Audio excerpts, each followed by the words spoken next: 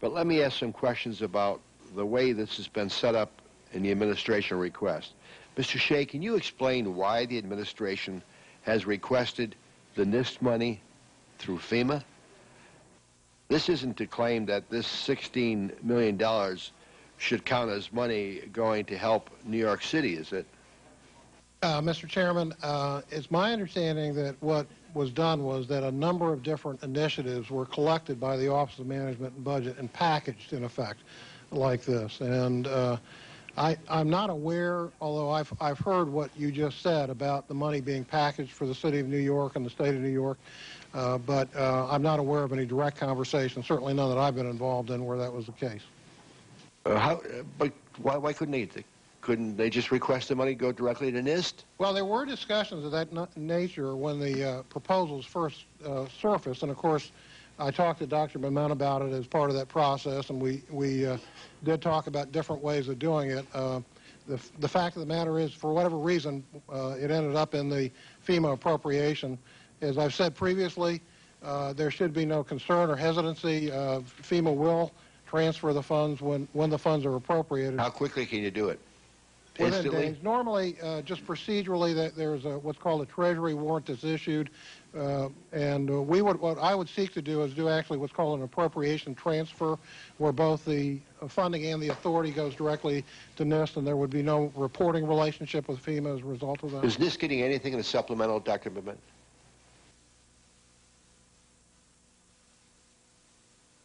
Yes, there are other elements in the supplemental that go directly to NIST? That will come directly to NIST. Can you help me understand why this wouldn't go directly to NIST? Why we got this convoluted? What concerns me, boy, I just hope there isn't lurking back there someone who is suggesting that this money somehow would count against the commitment to the City of New York for the recovery effort. No one is suggesting that, are they? Well, I'm not going to assume that there wasn't a good reason. I just don't know what it was. Okay.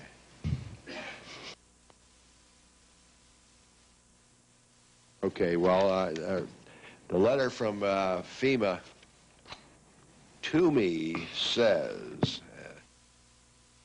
any resulting codes and standards will not apply to the recovery efforts for this major disaster and are not particularly targeted to benefit the affected disaster area of New York State, City and the State of New York. That's sort of curious language. We're going to be following up on that. The actual submission hasn't come to the Hill yet, has it, for the supplemental? Yes, sir. It was transmitted to the Hill.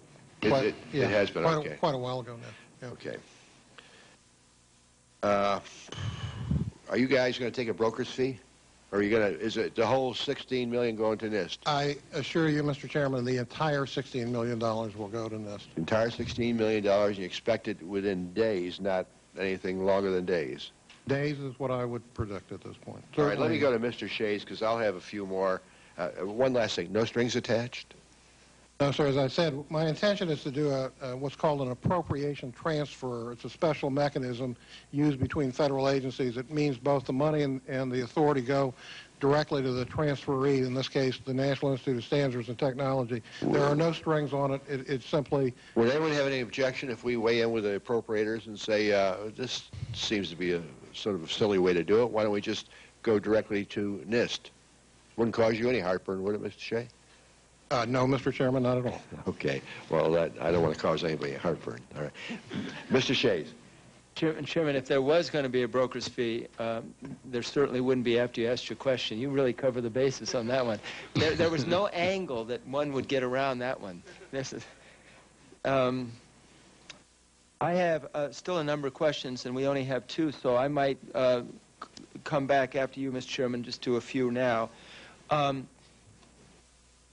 One of my concerns is that when the people went out of both towers, they went out in a fairly orderly way. In fact, it's pretty extraordinary from what I've read and the people I've spoken with, the respect that each had for the other as they tried to go down. Some people were slow, others carried them down, and so on. But I think it's fair to say that they didn't quite think it would implode or collapse. And I'd like to just have, for the record, if it's accurate that that a building on fire isn't necessarily going to collapse within the first hour, and that these clearly were pretty extraordinary events. And my fear is that if we don't establish that for the record, we're going to have fires where people are just going to think they have to get out in the next 20 minutes, and then no one gets out. I'd like to know. I mean, we do accept the fact this was pretty extraordinary, correct? I'm nodding of heads doesn't get on the record. Yeah. Yes. Yes, this was extraordinary. This was the first time that we had the collapse of a protected steel structure. And I think that's the whole point as we move ahead, and particularly with this proposed legislation, that we move ahead in a carefully planned approach and we don't just change building codes because of one incident. Now, Building 7 is a building that I guess coincidentally stayed standing for 7 hours. What did we learn about that building and why it was able to endure the fire for 7 hours? I'd first like to know how it caught on fire. I'll address that question. First of all, in discussing with the New York City Fire Department, we determined and concluded that it started on fire after or as Building 2 collapsed, that there was debris from that building that was propelled into Building 7, and that the fire started at that time. In some cases, that debris could have had aircraft fuel on it and so on. So it was. Were these lighted timbers? No, we think it was building contents that was propelled over there. By the time Building 2 collapsed, the aircraft fuel would not have been there anymore. It would have been consumed by that time. Then, from that point on... And how tall a building? It's 47 stories for Building 7. It's a big building. The fire that we were able to follow from that point on was throughout the building, but it was particularly of long duration in the lower floors around where the very large transfer elements, trusses and beams and columns were located. This building had to be built with a very random spacing of foundations because of what was there before it. Was it a pretty traditional type building, unlike the two towers? Above the transfer area, it was a very traditional building. At the transfer area in the lower floors, over the substation for ComEd, it had these enormous trusses that took the loads and brought them to the columns. That is the area where the fire burned for a long period of time, and it does result in one of our recommendations, and that is for key elements of that where the collapse of an element might result in the collapse of an entire building. We recommend that they be reviewed to see if they should have longer fire duration for those elements than would be necessary in the rest of the building. And now, my understanding is, in the case of Building 7, there was no water pressure because of the breaking of water mains and so on with the collapse of the towers. Is that correct? That's what we determined, that Building 7 collapsed prior to the time they were able to get the water pressure back up to higher levels. They didn't really get it up to normal levels, but at least get and some the water we pressure were back. taking out of the Hudson River, we were trying to put into the debris on the towers to try to get out people, get them out alive. Yes. So what we have, though, is this incredible case study. When do you burn when do you allow a building 47 stories tall to just burn until it collapses? So there's tremendous lessons to be learned about structures from these buildings in particular? Yes. We put a great deal of emphasis on Building 7 in our report, and we conclude that we have an understanding, we believe, of how it performed, but that we need to pin down what the source of fuel was that allowed it to burn that long. Now, I don't know this question as well, obviously. Maybe I should, but I don't know how many people it's thought were killed in that building. Did most get out? We were not able to determine that there were any fatalities in that building. There may have been, but we could not determine that there were. But minimal compared to, obviously, elsewhere. Yes. And so that should be some reassurance to people if they're in a building, a more typical building on fire, that they do have time to get out of the building. Oh, yes. We believe that without the damage that occurred to the two towers, that buildings will stand up for a significant period of time without collapse with the fire requirements that are there now. Now, are you able to determine if you did have proper water pressure and so on, whether you could have prevented the fire from consuming the building? We looked into that, discussed it quite a lot, and while we did not make a strong statement in the report, it was really beyond the scope of what we were doing. We do believe if it had been fought, they could have put it, and if they could have put it out, that there would not have been the risk of collapse to that building. Now, I have a particular bias that the actions against the towers weren't criminal acts, they were acts of war, acts of terror. And I kind of bristle when I think of our treating this as a criminal act in which we have to prove beyond a shadow of doubt that someone did it and they were at the scene, or whatever you need to deal with in a crime. But there are, I have constituents who are interested in knowing, given that it is technically a criminal site, I have constituents who are interested to know how we can justify beginning to build on that site. Is that all the debris is entirely taken away, and so therefore there's no evidence at the site that is helpful? I'm not an expert in the legal side of it, but you are indeed correct that the debris will soon have been all removed, and that there would not be a substantial amount of information there that I would anticipate would be useful in any trial. Chairman, I want to, since there are only two of us, do you want me to go, or do you want to go and then I'll come back? I have about 10 more minutes of questions, and I'll be done. At the most. Okay. All right, let me go. Just a couple more. Can I just say, Mr. Chairman, that your staff has written some incredible questions that I do think we need to put on the record, and I hope you don't underestimate the value of your great staff. I never underestimate the value of the staff. Dr. Corley, as far as you know, do the NIST plans for the follow-up investigation and research cover the areas you highlighted as needing further work? I have reviewed their plan with and have concluded that they are covering the majority of the things that we are that we have recommended in the report. My belief is they intend in the overall program to include all of them, and have put priorities to include the ones that they consider most important first. What would you, what's missing?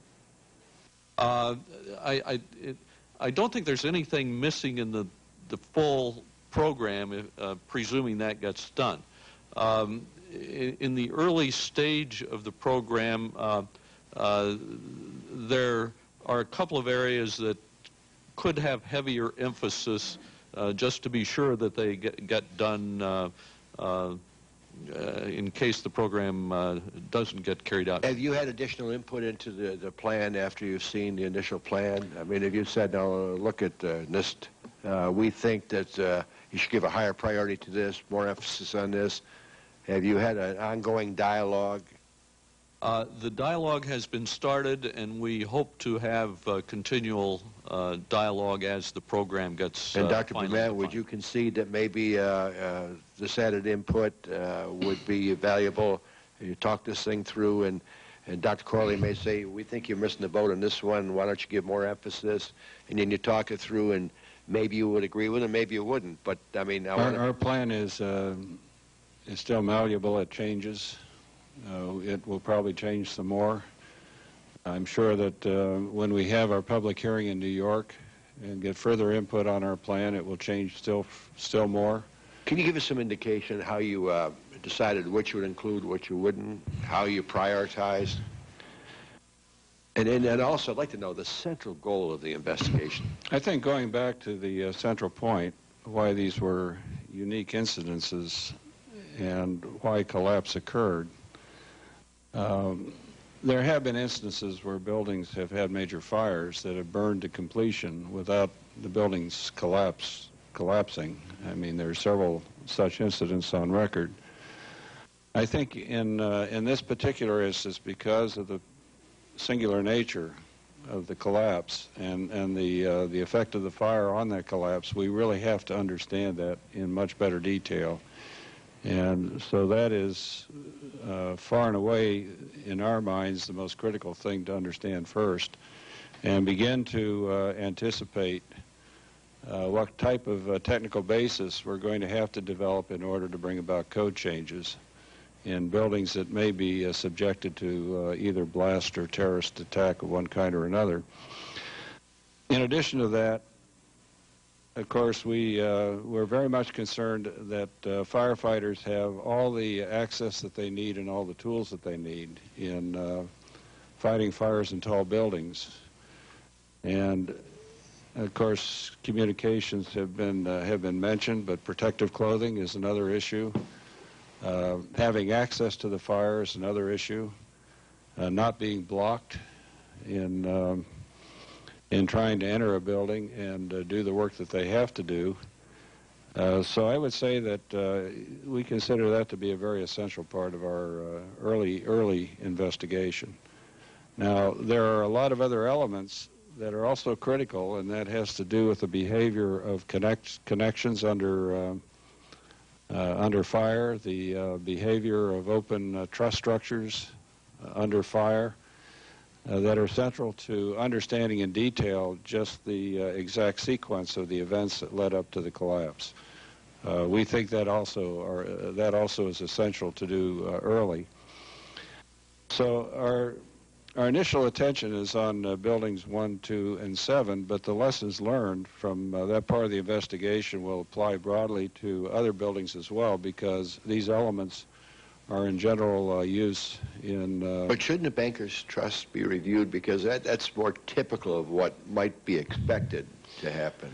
Well, in the case of banker's trust, there's no mystery about what the initiating event was. It was the collapse of the World Trade Center buildings and the debris that came from the World Trade Center buildings. Now, you're absolutely right in understanding how that impact was absorbed and how it was dampened, and also the pathways in which the load was propagated through the building.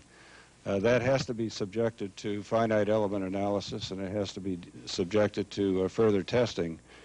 And those are the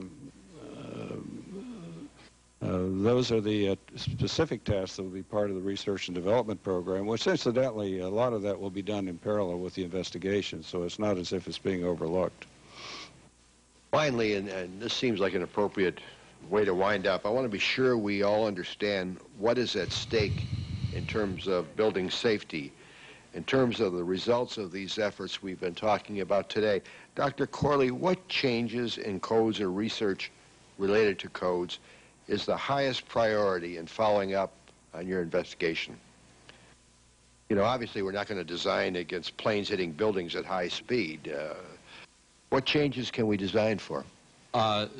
The items that we saw that need the most attention, other than those that deal strictly with buildings that can be identified as potential targets for terrorists, are those dealing with the fire resistance of connections. That was the one. Also, related to that is the amount of fuel that is in a building, and there is a need to look into that the fuels that go into buildings today are different than they were at the time. That's your highest priority? Those are the two highest priorities, the connections and the amount of fuel. And Dr. Barnett? Thank you. I'd like to add something about the connections. In Building 5, we had major collapses due to connection behavior in the fire. That's why it's a priority. Building 5's construction was similar to building